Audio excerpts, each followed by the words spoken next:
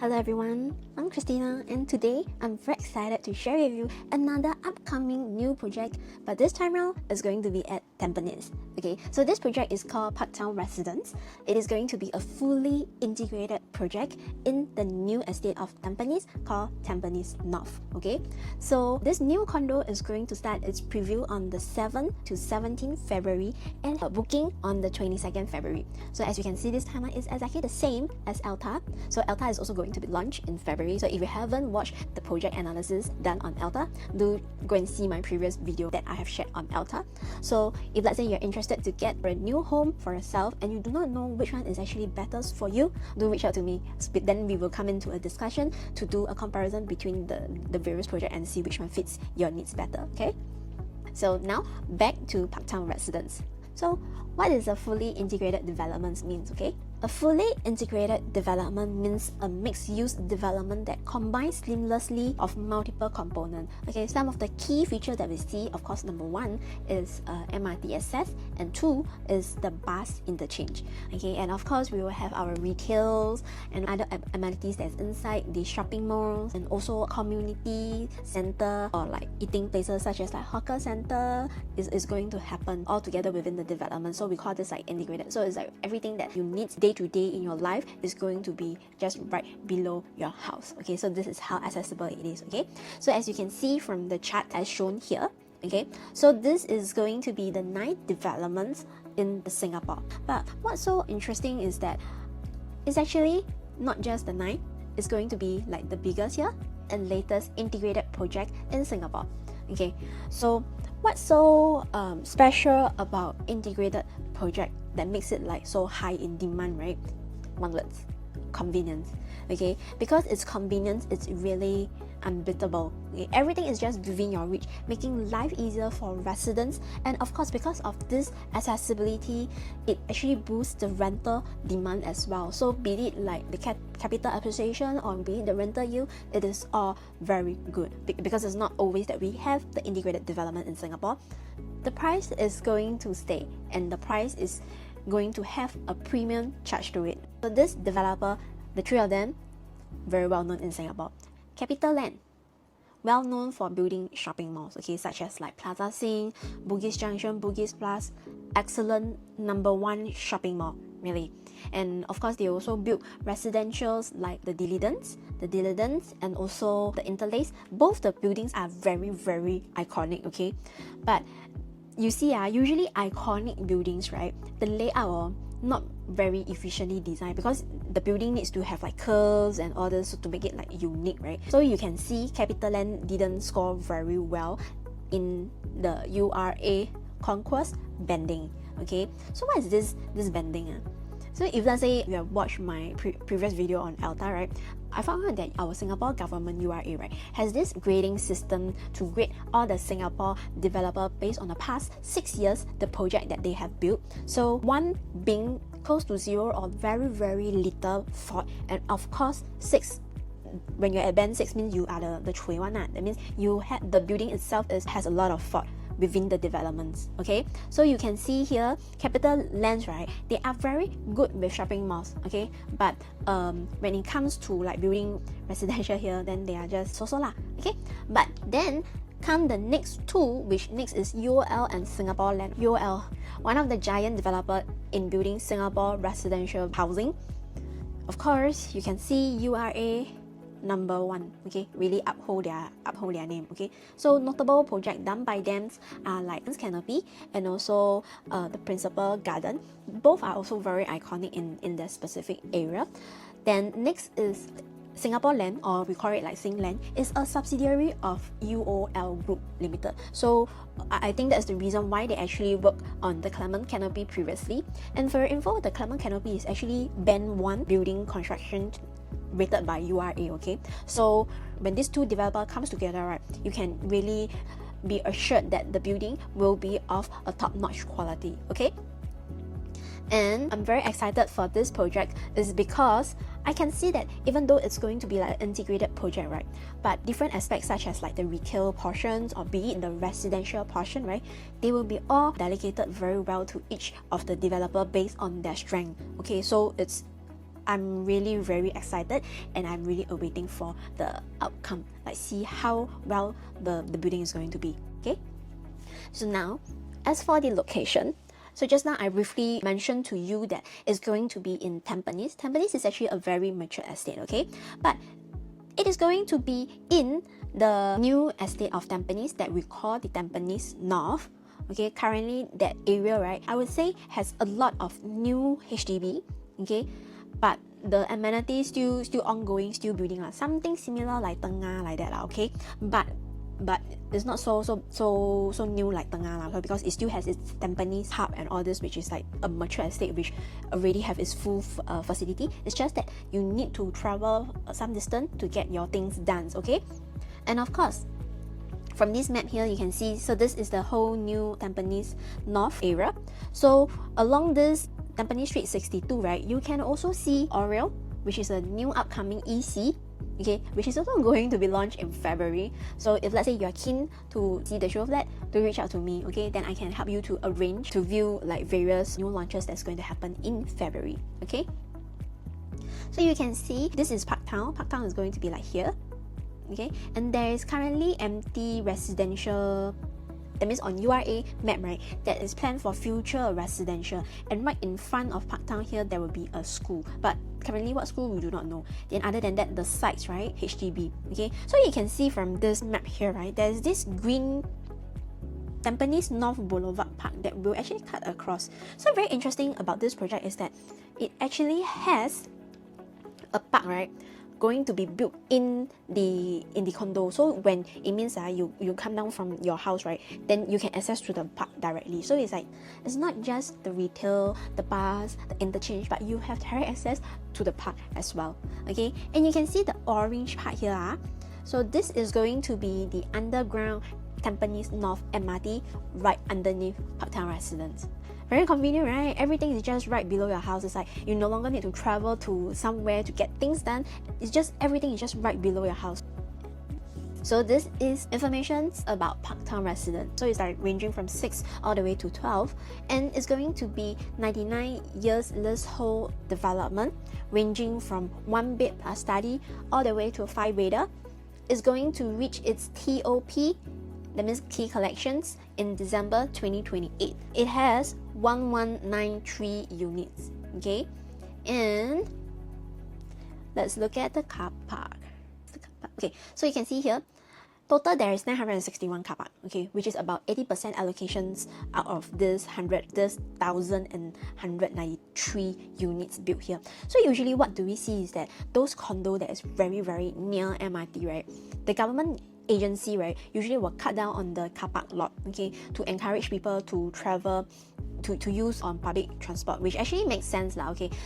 So you also have the retail. So the retail will have shops about 100 to 120 of them lah. Then of course you have your community club, hawker center that fits 40 stores here, okay.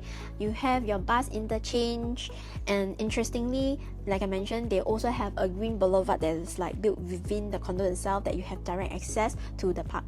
Really very cool project. So here is the Parktown Residence Level 1. So you can see Parktown Residence is actually split into two, Park West and the Park East side. So on level 1, right, Park West will have your community club here and also your hawker center here, and Park East will have your bus interchange and your MRT entrance here, okay. And you also have the drop off and a pickup here, okay. So one thing this developer has learned from like the other past integrated projects, such as like the Woodley Mall, it is actually a big hoo-ha lah, because during peak hour, the car park entrance is actually flooded by the shopper and the residents. So imagine like after work, right, you drive home, right, then you cannot go home immediately because there are a lot of shopper also drive in, then they only have one entrance, and then it actually makes the whole car park very jammed. So the developer has learned this mistake, and they actually separate these two car park entrance, one for the commercial, that means shopper wants to go to Parktown, right, they have to, if let's say they drive, they will have to enter from here, and residents will enter from here. So it's actually very cleverly separate them already. So if you are worried about you cannot go home immediately, right, this is not going to happen, okay. So you can see just at level 1, you have your community club, hawker center, you have your bus interchange, you have retail, everything right underneath your doorstep, right. So I can really imagine, right, if I were to stay there, right, the convenience that it can bring to me. Just the amount I save Grab food, the amount I save on Grab, the amount I save on cars is really can help with the mortgage. So it's like it's a premium that I'm going to pay for it. So here, this is like you can know each individual level. Okay, so you can see level 2 is private residential, so that is where the residents start to stay. Then level 1 will have your retail, bus interchange, hawker, your community center. Then B1 will have your retail, your supermarkets, and of course the residential parking. And then B2 is the retail parking. Okay, so it's actually very, very well planned. So how big is the mall, right? So you can see from this chart here, we can actually take Sengkang Grand as a reference, okay, because it's almost the same size. So if let's say you are curious how big the mall is going to be like, then head down to Sengkang Grand Mall to have a feel of it. Okay, so some of the artist impression. So this is actually the shot that you can see from here. That means you're coming from here, this is what you will see. Okay, so this is actually very, very nicely done now. Okay, bus interchange, mall entrance, commercial is all here. Okay, another artist impression. So this is like the direct link to the Tampines North MRT. Okay, so this is another side here where you can go in directly to the community club. It's actually the exterior will look like this. And of course, this is like the open space area for the shoppers and also for like the residents. So this is inside the condo. So I believe this is like the level 2. So this is where it can have the park connections. Yeah, so it's actually connected to the park. Okay, so this is the green boulevard that I've mentioned. So the condo itself, right, is connected to the park. So this project is so cool that you can have easy access literally to everything. Okay, shopping, food, bus, MRT, park, all just at one finger. You just press your lift and then you can access to all this. Okay, so this is how the green boulevard is going to be like lah. So very nice. Okay, so you can see here is actually divided into two portions, the park west side and the park east side. Okay, so one thing good is that the common facilities as gym, barbecue pit, and function room, both sides will have their own set of such facilities. So it's like the west side will not need to go to the east side to use it. Okay, except for the tennis court there is like here. From this side plan, you can see the inward facing will likely have a premium over those that face outwards because it's going to be facing either the road, the school, or the residential. Okay, so I honestly feel that premium most likely is going to be at the park east side because the block to block distance is actually the widest here. More artist impressions on the projects for the condo itself. Okay, so I feel that the condo has built a lot of good facilities for families, especially with kids. So like you can see, they have swimming pool, a lot of water place for the kids to play. There is also gastronomy. Then this is the top down view. I believe this is the park west side. Okay, so this is like the 50-meter lap pool, function room. Okay, so this is very interesting. So I think co-working lounge is actually an upcoming thing ever since COVID because there's more and more people starting to work from home as compared to before COVID time. Okay, so in case you don't like to work at home, you feel that like maybe working at home, it actually is not productive and you no longer have like a clear divisions between your work and your life, then this co-working lounge is the best for you. If let's say you don't want to work at home, you can actually go down to this co-working lounge. There's 2 of them. So you can work there, okay? And of course, your gym, dance studio, and yoga room. And then here is the kids room, specifically for kids, okay? Kids entertainment room and also for function room, like where kids have their birthday. You can book this function room and invite all your kids' friends over. Okay, this next is the unit mix for Parktown. So it ranges from 1 bed plus study all the way to 5 bedroom. It has a lot of layout. So do your homework, do your comparison to know which one fits you the best. Okay, so the one that I have starred and underlined is going to be the layout that is available in the show flat. So when you go to the show flat, these are the layout that is how it's going to look like. Okay, so from this unit mix, you can see the mix, right, for 1 bed plus study and 2 bed, right? It will be like 40% for rental, that for tenants, and then 2 bed plus study to 5 bed, right, is 60% of the project. So it's actually very family oriented. And Tampines is a zone where there's a lot of families stays there. So I believe that's why the development actually still caters so much of the percentage specifically for family and also have a lot of the facilities for the kids. Okay. Now, we're going to start on something interesting again, price prediction. So for new launch price, we do not have it beforehand, we only know it on the booking day itself.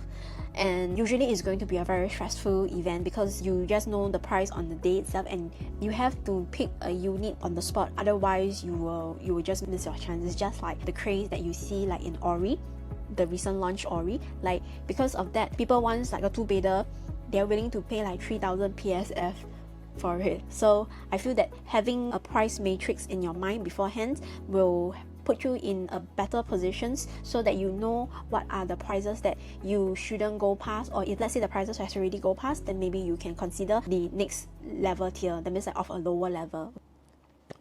Okay, so for Parktown Residence, I actually studied Botanic Bartley built by you to study how they do their pricing. Is there a premium for the pool facing as compared to the road facing? So for this Botanic Bartley, right, the road facing is actually facing the Bartley Viaduct. Okay, so it's actually quite noisy lah, as it's not going to be comparisons to the Parktown one, because the Parktown one that they are facing is actually more towards the small road. But from here, I just want to see the developer will put any premium, any differentiations between the pool facing and the road facing, and from there I can take a gauge so that I can gauge how much Parktown is going to be launched and how much premium the developer is going to place on the pool facing, okay, the better facing. Okay, so here I managed to pull out the data and I got the second floor to the 17th floor of a pool facing and the second floor to the 17th floor for the road facing. Okay, how much they buy. Okay, so is there a premium put in the facing, right? So when I do a comparison here, yes, there is. Okay, so if let's say road facing versus the pool facing, level 2, okay, both at level 2, there is a 4% difference, premium of 4% for pool facing. Okay, but of course when you go higher up, road facing 17 and pool facing 17th floor, the difference is 5.2%. Okay, remember, keep this number in your mind. Okay, so I also pull up another stack here. The premium place for the pool facing is, for the higher floor is 5.8 and for the lower floor is 4.5. So you can see, if let's say you have like a better facing that is towards the pool, right, you should be expecting like around a 5% premium on top of the one that is like facing outwards towards be it the HDB or be it the road. Okay, now I'm going to look into the premium in different floor level. Okay, so as compared to LTAP, this project, right, is actually not too much of a floor for them, for the developer to play around with lah, because it's only from like the second floor all the way to like 12 max, so it's only like 10 to 11 floor that they can play around with, but we still have to study what is like the difference, right? Okay, so here same thing I studied. Okay, so for the road facing, level 2 to level 17, the per floor jump is about 4,000. Okay, it's about a premium of 0.4, about 0.5, quite the same as compared to the recent launches. And also for the pool facing, same thing, level 2 to level 17, per floor jump about 5,000. So it's also about like 0.55. So you should be expecting like the per floor jump to be at like 0.5%. So remember, summary, okay? For the pool facing, you should be expecting within 5% more as compared to the road facing. That's one. Second, if let's say the second floor, third floor, fourth floor, the per floor jump, you should be expecting a 0.5%. Okay? So here, I let you know based on the unit type, right? The premium between the lowest floor of the road facing to the pool facing of the highest floor is 13%. Why I put this here, right, is that if let's say the premium that is going, the price that is going to launch on the booking day, right, the premium is more than 13%, then you probably have to like rethink a bit lah. Okay, hold your horses, don't make into any rash decision. Okay, so now we are going to start with the 5-bedroom. So you can see the 5-bedroom here, there's only one layout. So this key behind is actually on the lower floor, the pest floor, which usually the difference is the balcony, you have a door open and then you can access to the facility directly. Okay, so my price prediction for this Parktown Residence is that it's going to start from 2,000 onwards. Okay, why do I say it's 2,000 onwards, right? Reason being, okay, hear me out first. Okay, first, it is going to be a 1,679 square feet. Is a super huge 5-bedder in today's market, okay? And even if I do a calculation that based on 2,000 PSF, right, is going to cost you like $3.35 million, okay?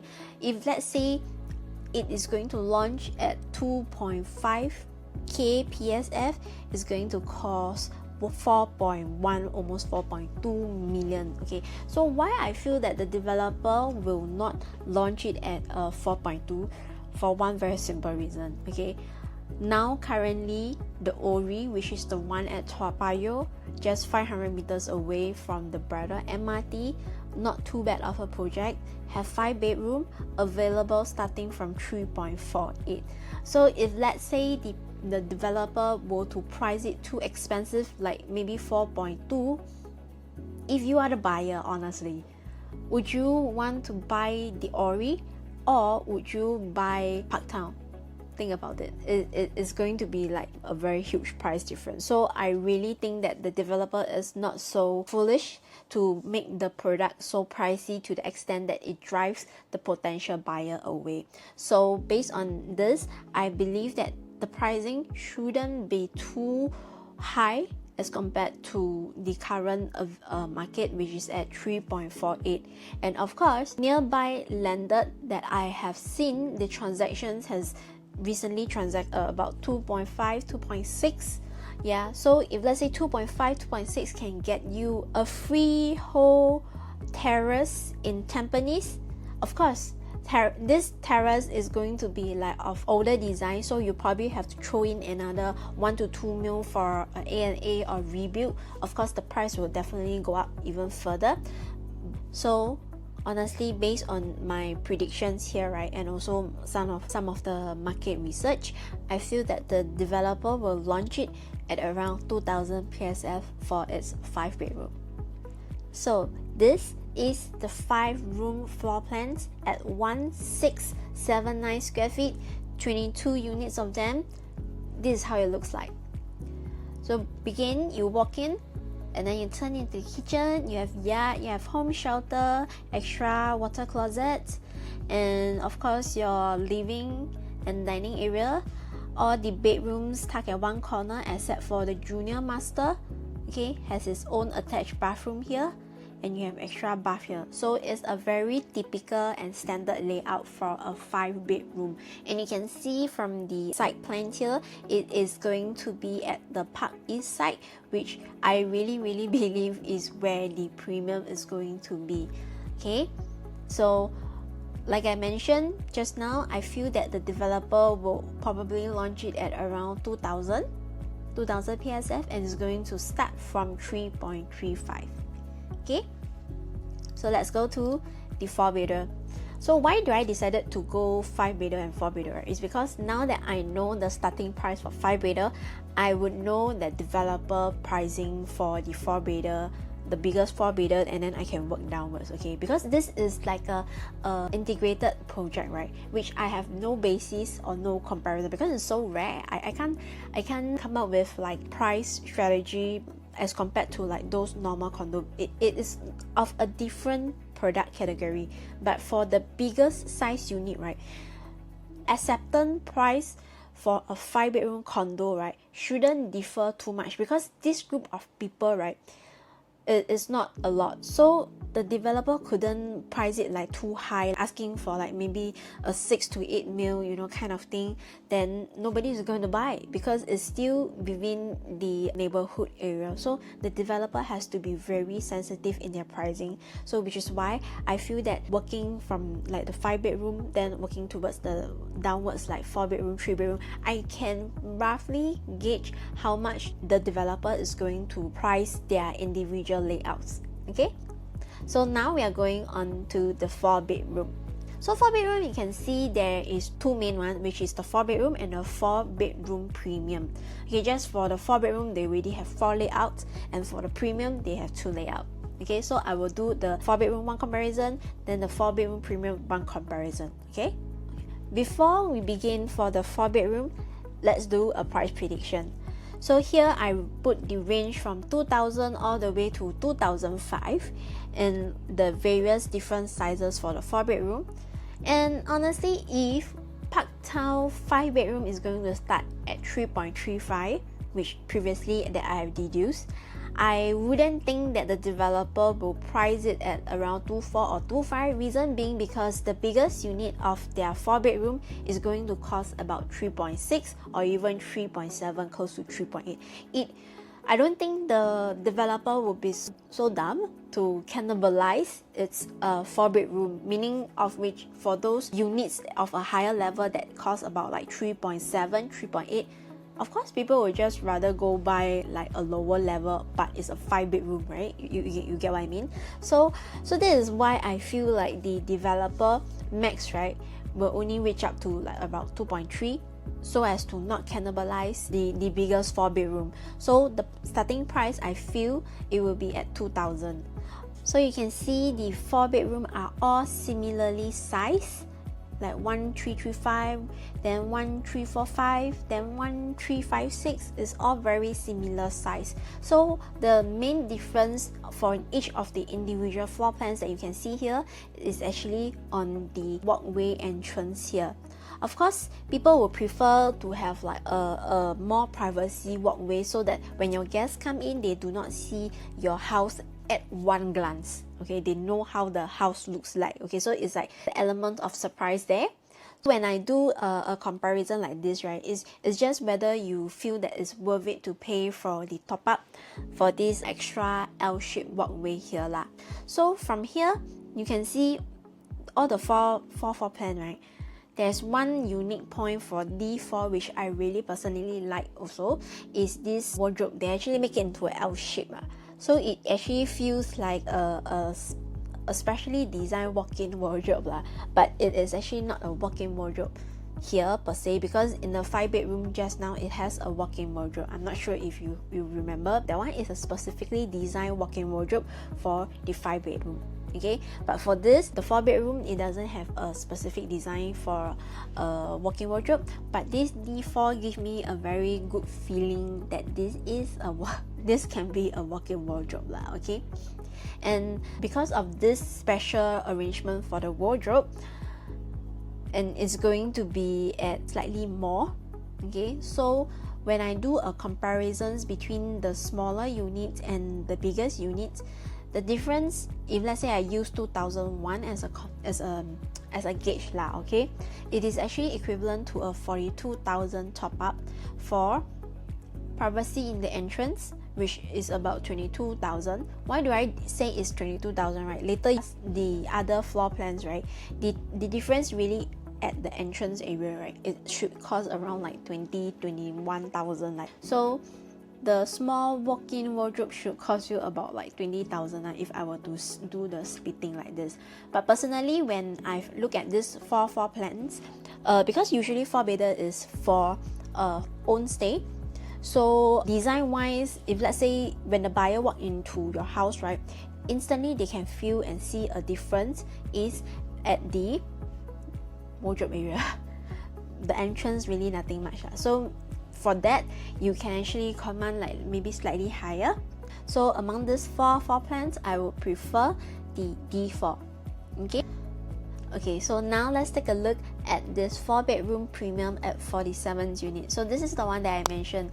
The difference here, the square feet is actually not that much, but if let's say you were to do a premium top up, right, this walkway here already cost you like 22,000. You can actually do a comparison, right? The only difference here is just the walkway here. Other than that, the rooms, the junior master, everything is the same here. So nothing much of a change. So it depends on you whether you want to pay 22,000 extra for this L-shaped entrance.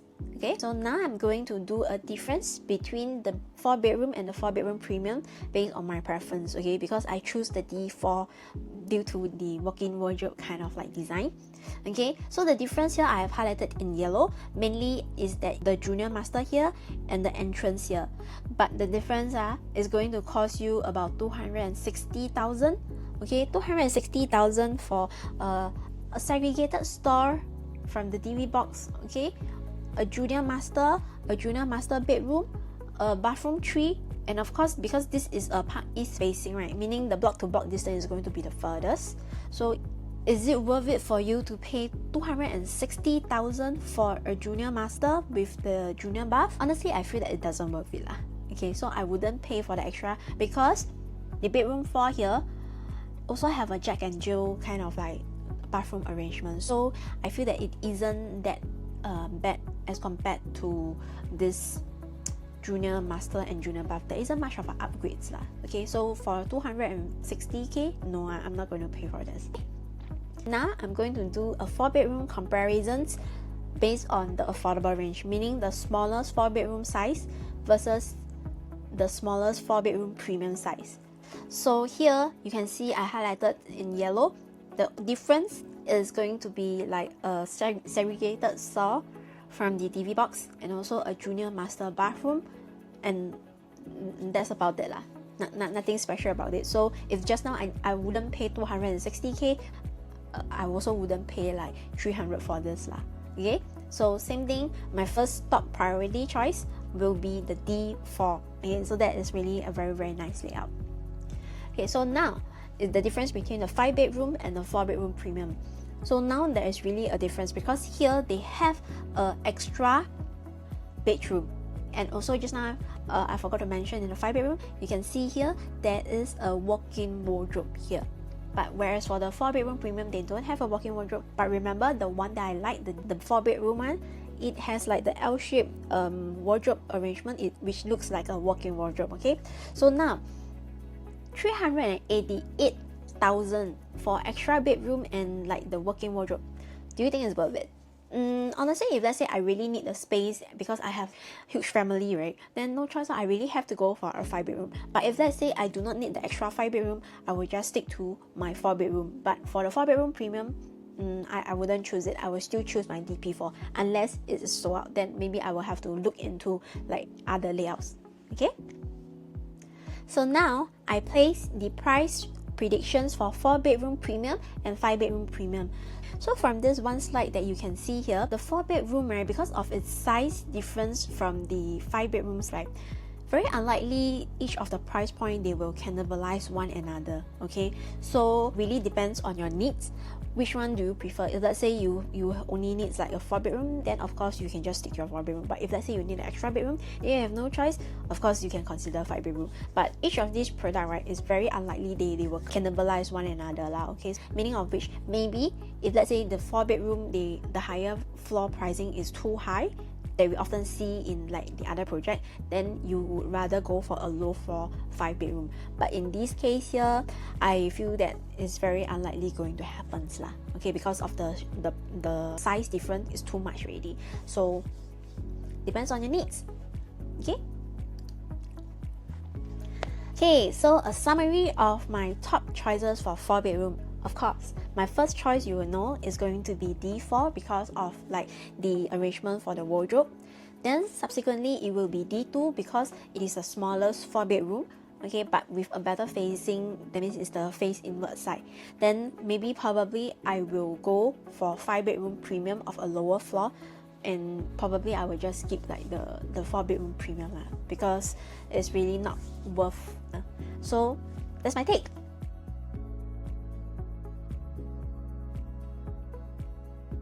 Okay, so here is the analysis for 3-bedroom. So 3-bedroom, because it's the price point is going to suitable for most of the people. You can see the developer has really put in a lot of various different layout just for the 3-bedroom. Okay, so just for 3-bedroom itself, there is 5 layout. 3-bedroom premium itself has 8 layouts, and 3-bedroom plus study itself has 5 layout. Okay, so I will go through each and individual category. Okay, but I would skip the 3-bedroom premium, the CP8. Reason being, there's only one unit that has this layout. Okay, so no point going through that. Other than that, I will go in deep dive for the other various layout. Okay, the same thing. Before we begin with the floor plan analysis, I will do a price predictions of how much the PSF launch going to be like for the 3-bedroom. If let's say the 4-bedroom is going to start at 2.8, okay, the 3-bedroom plus study shouldn't be too high. That means it's higher than 2.5. Reason being, if let's say 3 mil, right, that means they launch at like 2.6, then I buy 4-bedroom, correct or not? So I feel that maybe it will be very, very close, but it's just one is at a higher level, then one is at a lower level. But if let's say the lower level of a 4-bedroom is going to start at 2.8, I feel that it shouldn't go way too much of a difference, okay? So the highest, maybe 3-bedroom plus study should be around like 2.96. So I feel that it will actually launch the 3-bedroom plus study, max should be around like at to 2005 lah. Okay, so the starting, I feel maybe there is a chance that they will go as low as like 1.9 to entice the buyer to do a balloting. But honestly, I feel that the average range, right, should start starting from around like 2001 lah, which is the norm for a new 3-bedroom in the market now. Okay, so this is the 3-bedroom summary. Total 135 units, ranging from C1 all the way to C5. So let's talk about C1 first. For C1, that you can see, right, when you enter in here, then you have kitchen, then living room, and then your bedroom all tucked at one side, and you also have like one bedroom that is like here. So it's like a dumbbell layout. One thing that I don't quite like about this layout is that it doesn't have window in the bathroom and kitchen. So usually for kitchen, we want to have like better ventilation in case you are doing like some heavy cookings. And for the toilet, I really like to have the windows so as to ventilate it, because toilet is a place that is it will cause moldy quite easily lah. So honestly, I would not choose C1 because for like maybe slightly 10 square feet difference, okay, I can have the second layout which has windows here and also windows at the bathroom. So I'm willing to pay for that difference lah. So from here you can see C2 all the way to C4 onwards, they all have windows in the kitchens, windows in the bathroom. Okay, and the main difference between the size 947, 936 is the entrance law. The entrance, okay, except for this one is just like it's actually longer. That's about it. But C2, C4, C5, the difference is the entrance here, which will cost you about 21,000 lah. Is it worth it for you to pay to top up the 21,000? Honestly, I don't think it's worth it, because reason being, what are the percentage of time that I will be at the entrance here? Probably very negligent, like maybe 0.5% of your whole lifetime. Yeah, so for 21,000, will I be willing to pay the extra for the longer walkway for the entrance? Honestly, no, I wouldn't, because I wouldn't spend too much of a time there. So my top choices for 3-bedroom would be C2, because C2 is the smallest 3-bedroom and it has the windows in the kitchen and also in the bathroom. Then from C2 to C5, it's actually almost the same because all has windows in the bathroom and in the kitchens. Then lastly, the one that I will choose, right, is the C1 because no windows. That will be really, really my last choice lah. Okay. Next is the 3-bedroom premium. Okay, it's ranged from CP1 all the way to CP8. But remember at the beginning I mentioned that I wouldn't be talking about CP8 because there's only one unit. So now I'm splitting them into 4 layout and 3 layout that we can do a comparison. 3-bedroom premium, total 158 units.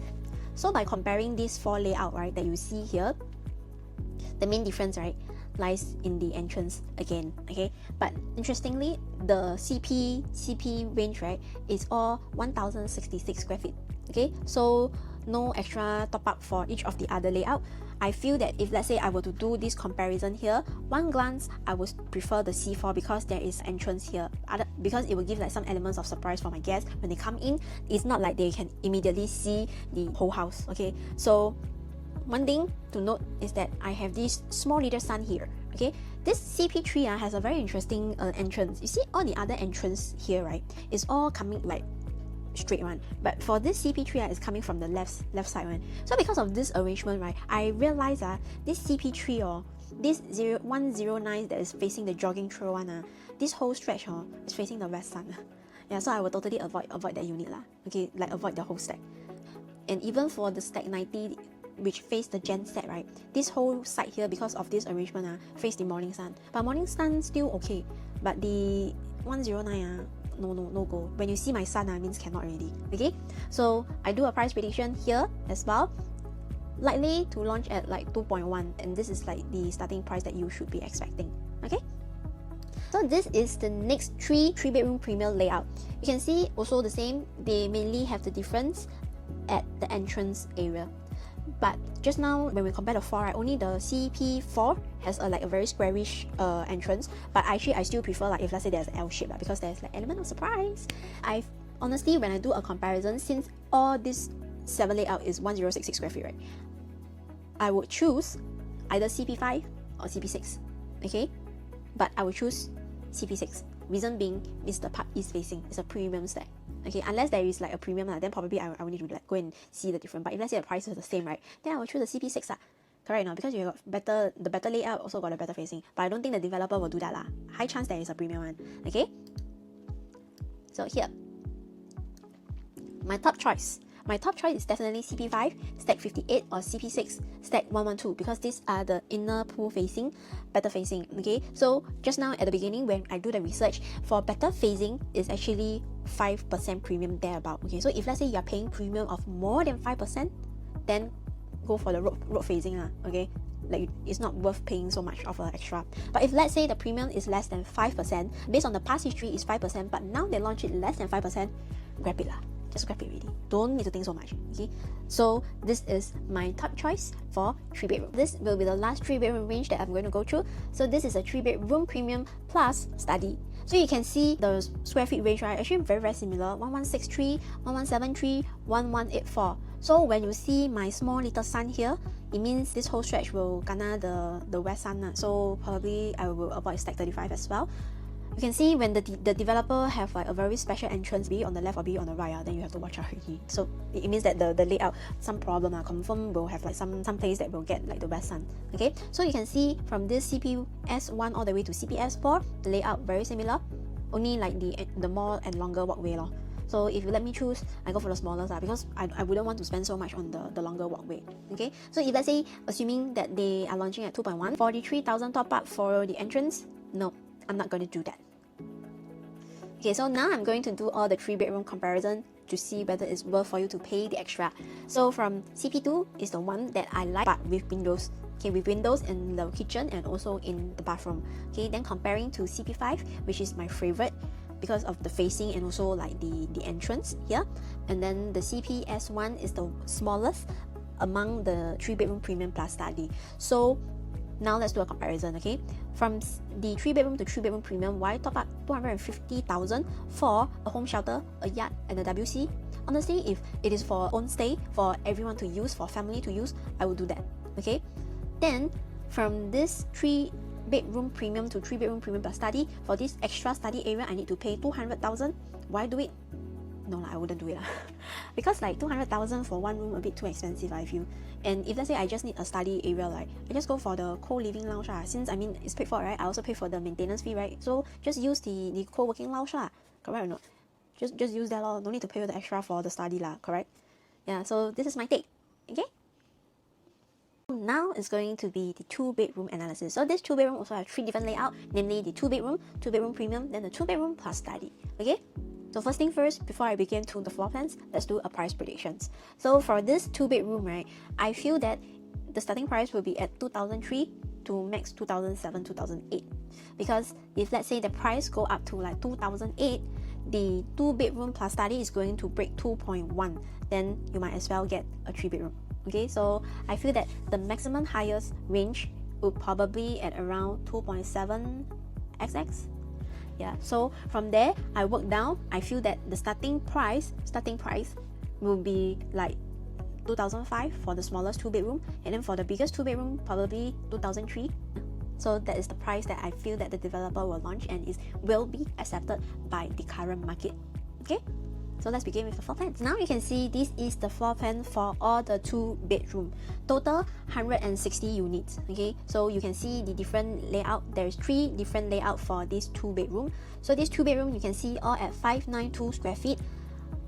Any difference?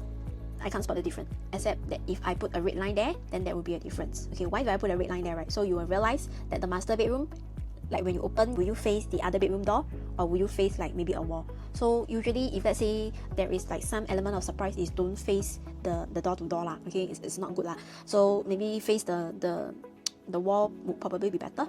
Yeah, so you can see from this 3 layout, BP3 is the one that is like the better one, because BP2, although it's not face the wall, right, but this bedroom 2 face the toilet door, so I also wouldn't want this Okay, so this is the smaller 2-bed, so it's the 2-bed 1-bath arrangement, and I feel that it's going to launch at around 2005.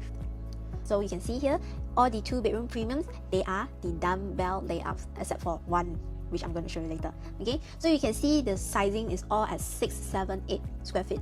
2 bed 2 bath. Okay, so since they are all dumbbell layout, which one is better? Of course, I put my red line there so you know that when you open the door, you don't want to face the other bedroom door directly. So which one will be better? I feel that BP4 will be better, but there's also one thing that you need to take note. Even though like the kitchen is tucked at one corner, but you take note of the DV box, the ledge here, I mean the wall here. Yeah, so it means that this one cannot close properly. The BP2 can close properly, and then this maybe can, BP3. But so this BP4 also cannot close properly. Okay, so you probably have to take note of this small little detail. Even though cannot close properly, but you still can have a glass panel. It's just that there will have this like small tiny gap there. Depends on you lah. But based on this layout, I don't think the closing of the kitchen door will be very much noticeable. But when you open up the door, you face the wall, or you open up the door, you face the other bedroom door or face the toilet, that will be very, very obvious for maybe your future buyer that they come in. Okay, so next, this is also a 2-bedroom premium, but this is of a more unique arrangement. Reason being, this is a only traditional layout in the 2 bed 2 bath. Actually, it's the only traditional layout. So it's going to be 721 square feet as compared to the dumbbell is 678 square feet. So it's like slightly bigger, slightly more. So very nice design, very efficient layout. You have the kitchen tucked at one side, but have to take note, no windows. Okay, and also the bathroom also no windows. But it's a very typical layout that I would say, and I feel that it will launch at around 2.4. this pricing, so it should be costing starting from around like 1.6, 1.7, yeah, thereabout. Okay, so next is the 2-bedroom premium plus study, total 134 units. Okay, so this one, it has a study here. Okay, so layout very similar, no difference. So here, Jack and Jill toilets also for both, and I feel that the price is going to start at 2.3, so it should be around like 1.75, 1.8. Okay, so now this is the price prediction for the 2-bed premium plus study versus the 3-bedroom compact. And as you can see, right, actually I think the developer is very, very, very smart. Very unlikely the people can do the high floor smaller unit can upgrade to a low floor bigger unit, because the price gap here is actually rather huge lah.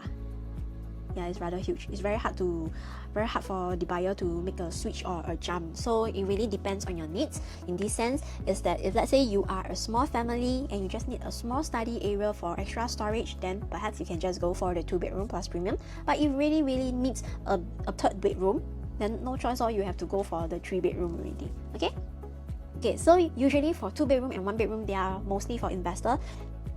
Okay, so for Treasure at Tampines, I found out that for the 2-bed 1-bath, average is collecting $3,200 per month for rental, and 2-bed 2-bath average is $3,300 per month for rental.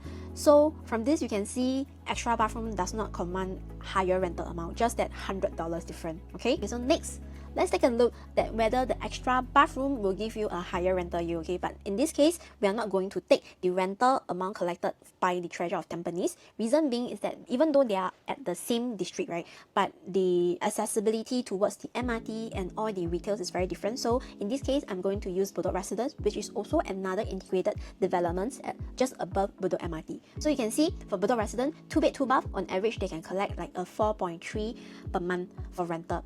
So using that, let us do the calculation for the rental yield. Assuming you are going to get a 2-bed 1-bath at 592 square feet at 2,500 PSF, you are going to pay about 1.48 million. And if let's say after TOP you can collect a rental of 4,002, because based on just now the research, extra bathroom will give you extra $100, right? Then from Bedok Residence is 4,300, then we minus $100. Okay, so assuming you can collect rental for 4,200, and then the rental yield I tabulated is going to be 3.4. Okay, for a 2-bed 2-bath, 678 square feet, launching at 2.4 PSF, the purchase price is 1.627. Assuming if after TOP key collection, I can rent out the unit for 4,300, which is $100 more because I got an extra bathroom here, the rental yield works out to be 3.2. So you can see from here, right, the rental yield is actually not much of a difference lah. It's only maybe 0.2 difference. So next, we are going to see the rental yield whether for high floor and low floor makes a difference. So same thing, I'm going to use Bedok Residence. So for Bedok Residence, right, when I put out the data, I realized that at level 14, this 2-bed 2-bath managed to rent out for 4,300 in January 2025, and for the 5th floor, they rented out for 3,800 in January 2025. So in the same month, the low floor only managed to command at 3.8, then for the high floor, command at 4.3. Okay, so assuming that, right, let's put it into the 2-bed 2-bath for the Parktown residence. If let's say I were to get the low floor unit with starting price at 2.4, I purchase a 2-bed 2-bath, is going to cost me 1.627 mil. Okay, if let's say because of the low floor, I can only command 3.8 per month, my rental yield is going to work out to be 2.8. And if let's say I were to buy a higher unit at 2520 square feet, my buying price is going to be 1.7 mil, and after key collection, I have managed to collect the rent at 4.3 thousand per month. My rental yield works out to be 3%. So I feel that although high floor easier to rent out, but you can see the rental yield here actually is still not much of a difference, 2% difference. So the only advantage of a high floor unit is that if let's say a high floor and a low floor unit is available in the market for rent, and they are both asking for the same price, then choose the high floor. Okay, but if let's say the high floor is going to ask for 4.3 and the low floor is going to ask for 3.8, the tenant will choose 3.8.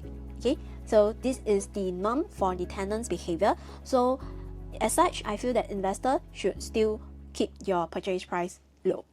Next, after we study the rental yield, we go into the capital appreciation. So high floor and low floor, does it affect your capital appreciation? Let's see. So here, I take Treasure at Tampines as my case study. So you can see here, Treasure at Tampines for this low floor unit here, back then when they purchased back in 2019 for 950, and then they sold it last year June for 1.23 mil, and the ROI is 116%, 116%. Okay, so another case study is the higher floor at level 10. They bought slightly later lah, okay, in August 2020 for 990, and then they sold earlier for 1.2. Okay, sold earlier as compared to this, only 2 months earlier, sold for 1.2, and the ROI is 86%. So in my case study here, you can see even though you are at a higher floor, it doesn't give you a better ROI. So next in my case study is to study whether the inner pool facing versus the road facing, which will profit more. So in this case, I use Bedok residence. So from here, you can see that the road facing make a profit for 437,000, and for the inner facing, they made a profit of 420,000. So the road facing ROI is 150, inner facing is 154. So you can see, be it the road facing or the inner, which is the pool facing, right, the ROI is actually also not much of a difference. Okay, so my verdict for choices for 2-bedroom, for investment, keep your purchase price as low as possible. But if let's say for your own stay, then probably look into a 2-bed plus study, because you definitely need the extra study, be it for your storage or be it for your kids or maybe for your guests that comes and visit you. Okay?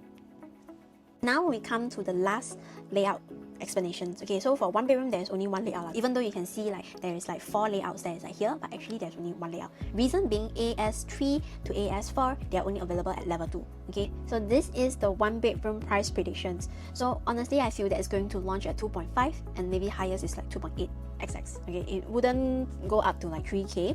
Reason being because the Ori, which is the one at the Toa Payoh one, still have available units at 1.45 and 1.58. This price range lah. So if let's say the developer were to price too closely to them, okay, then I might as well go and buy the Tampines unit, right? Why do I want to buy the Toa Payoh unit? You get what I mean?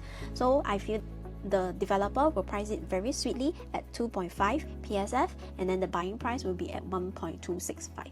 Okay, so this is all the 1-bed plus study layout. So you can see only one layout is at 506, which is the typical layout. They have a lot of other flooring, but for the AS2 all the way to AS4, there is only one layout at 436 square feet, and it's only at level 2. Okay, so if let's say you manage to snatch this unit to keep your purchase price as low as possible, good for you. But do take note, the difference in this 2 layout is mainly at the study area here. Okay, so for AS1, I feel that it gets a proper study area, whereas for AS2, it's just like a dressing table arrangement. I will feel it's just like a very small area. Probably it fits for to put your like luggage, or like just a small area for a store. It works. Okay, but other than that, I would feel that most of the buyer into this area will probably get into the 506 layout, because this has more units. So like I mentioned, 1-bedroom and 2-bedroom are mainly for investors. So for your investor out there, let me do an analysis on the rental yield for the 1-bed plus study. So in this case, the Bedok residence, you can see the inner facing here is commanding at 3.4, and the road facing is commanding at 3.350. It's only like $50 more lah. Okay, so my rental strategy here would be keep your purchase price as low as possible. It doesn't matter which facing you buy. Okay, so you can see here for the 1 bed plus study 506 square feet, assuming you get the road facing rental at 3350, if let's say you were to buy at the entry, that means at the lowest at level 2, right, is 1.265. Your rental yield you command is 3.2.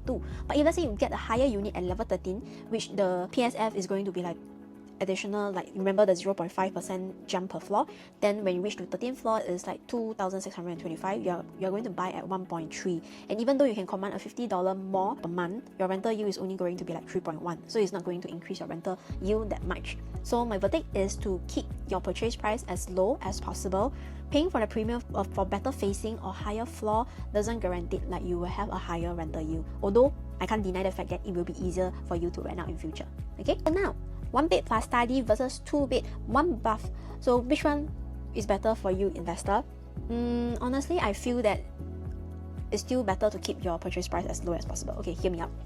Okay, so now I split into two different portions. One is the rental yield, one is the capital appreciation. Okay, so first we see the purchase price first. If let's say you were to buy at the lowest floor, is assuming at 1.48. Okay, so the price difference here is 215,000. Okay, so this 215,000, it doesn't mean that you have to fork out immediately. It is actually split into the 25% and the 75% loan, right? So for the 25%, right, it actually means that you need to pay 53,000 more just to get this 2 bed 1 bath instead of this 1 bed 1 bath. And for the monthly mortgage, you are going to pay $663 per month more for this 2 bedroom as compared to this 1 bed plus study. Okay, so for the rental yield, just now when we do the calculation, rental yield for 1 bedroom is at 3.2 and the rental yield for the 2 bedroom is at 3.4. Is it much of a rental difference? I wouldn't think there is any much of a rental yield difference. Okay, but when it comes to capital appreciation, this you really have to hear me out. Okay, definitely I would say 2 bedroom will get a better capital appreciation within 3 to 5 years. Okay, because this layout is more highly sought after as compared to the 1 bedroom. Okay, but 1 bedroom, I feel that in the long run, okay, because if you realize the recent launches, right, developer has not or stopped building like 1 bedroom unit ever since URA have announced stop building the shoebox size units. So you can realize that a lot of like the developments, they stop building the 1 bedroom. So in times to come, 1 bedroom will be very highly sought after, especially in Singapore current market situation where there are more and more singles around. Okay, and if government are not going to do anything to their HDB arrangement for the single, it will actually only make more sense for the single to buy into private, and they wouldn't want to buy into too big of a unit. One thing is that maybe their income can't support, then second is that they do not need such a big room. It's very hard for them to maintain, and given that nowadays the developer has stopped building so many 1 bedroom, so you will be one of the last newer 1 bedroom that is available in the whole of Singapore. So if let's say you are looking for a more long-term capital appreciation, I feel that you can look into 1 bedroom. But if let's say you want like a short-term, like 3 to 5 years, then probably 2 bedroom will suit your need better. Okay, so I have come to the end of my project analysis, and I really thank you for sitting down here and watch my videos to analyze like each of the different individual floor plans. So if you have friends who is looking for a Parktown residence, do help me share with them. And in order for you to still keep up with my analysis content, do like and subscribe to my channel. And lastly, remember on the preview going to start on the 7th to 17th February and booking on the 22nd February. So my name is Christina. If let's say you need any analysis work done for you, do reach out to me and let's have a discussion. So I will see you in my next one. Bye!